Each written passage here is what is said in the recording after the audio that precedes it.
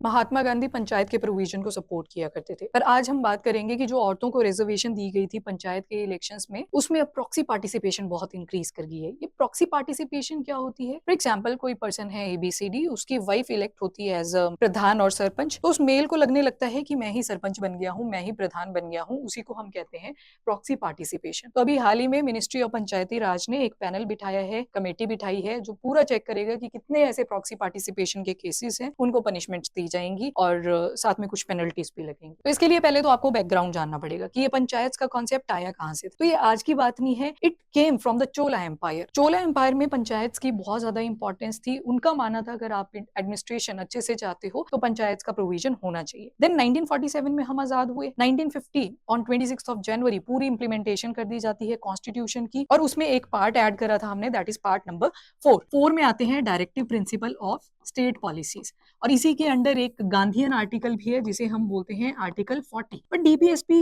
में जितने भी आर्टिकल्स एडेड हैं from article number 36 to article number 51, उनमें क्या कहा गया है कि आप अगर स्टेट या गवर्नमेंट इनको इंप्लीमेंट नहीं करती है तो आप कोर्ट में नहीं जा सकते, यानी कि ये नॉन जस्टिसिएबल है। तो अगर पंचायत का प्रोविजन ऐड करना था तो यहाँ पे हमें अमेंडमेंट करने की जरूरत थी। तो इसी के आधार पे 73rd कॉन्स्टिट्यूशनल अमेंडमेंट एक्ट 1992 में करी गई, जिसके तहत पंचायती राज इंस्टीट्यूशन बनाए गए। हमारी अनुसूची शेड्यूल नंबर 11 में पंचायत ऐड कर दिया गया, और कॉन्स्टिट्यूशन के अंदर अगर आर्टिकल देखोगे तो article number 243 deals with panchayat, ओ तक जाता है। क्लॉज ओ लिखते हो ना आप, तो ओ तक जाता है। और इसी के साथ 243 डी था, उसमें 1/3 रिजर्वेशन दे दी गई विमेन को पंचायत इलेक्शंस के अंदर। पर ये 1/3 तक ना सीमित रह के आज के टाइम पे अगर देखोगे तो लगभग 21 स्टेट्स ऐसी हैं जिन्होंने 50% कर दिया है इस रिजर्वेशन को, और बिहार फर्स्ट स्टेट बना था जिसने 50% रिजर्वेशन दी थी विमेन को। एक केस आया था 2023 में, that is Mandona rural development foundation versus Union of India, जिसमें सुप्रीम कोर्ट ने बोला कि जितने भी ये प्रॉक्सी पार्टिसिपेशन के केसेस हैं उनके लिए एक प्रॉपर कमेटी बिठाई जाए। तो अब मिनिस्ट्री ऑफ पंचायती राज ने ये कमेटी बिठा दी है। कहाँ कहाँ पे चेंजेस करने की जरूरत है? तो सबसे पहले तो स्ट्रिक्ट पेनल्टीज और पनिशमेंट दी जाए जहां पे ये प्रॉक्सी पार्टिसिपेशन के केसेस देखे जाते हैं। टेक्नोलॉजिकल सोल्यूशन इंट्रोड्यूस करे जाए। होता है ये फीमेल्स को ज्यादा एक्सपोजर नहीं मिलता है if compare to the males, तो यहाँ पे वर्चुअल रियलिटी और आर्टिफिशियल इंटेलिजेंस ड्रिवन टेक्नोलॉजी का यूज करके लीगल एडवाइसेस फीमेल्स तक पहुंचाई जाए। उसके अलावा अकाउंटेबिलिटी मैकेनिज्म, इसके लिए वॉच डॉग रखे जाएं, या फिर विसल ब्लोअर रिवॉर्ड्स भी दिए जा सकते हैं कि अगर कोई भी आपके विलेज के अंदर ऐसा प्रॉक्सी पार्टिसिपेशन वाला केस आता है तो वहां पे अगर कोई भी ये केस फाइल करता है आगे आके तो आपको फाइनेंशियल रिवॉर्ड्स दिए जाएंगे। उसके अलावा पंचायत निर्णय पोर्टल है हमारे पास। पंचायत निर्णय पोर्टल का पर्पस था कि जो सिटीजन्स हैं वो ट्रैक कर सकें कि जो उन्होंने इलेक्ट करा है अपना रिप्रेजेंटेटिव, वो प्रॉपर तरीके से मीटिंग्स में पार्टिसिपेट भी करते हैं, डिसीजन ठीक से ले भी रहे हैं या नहीं रहे।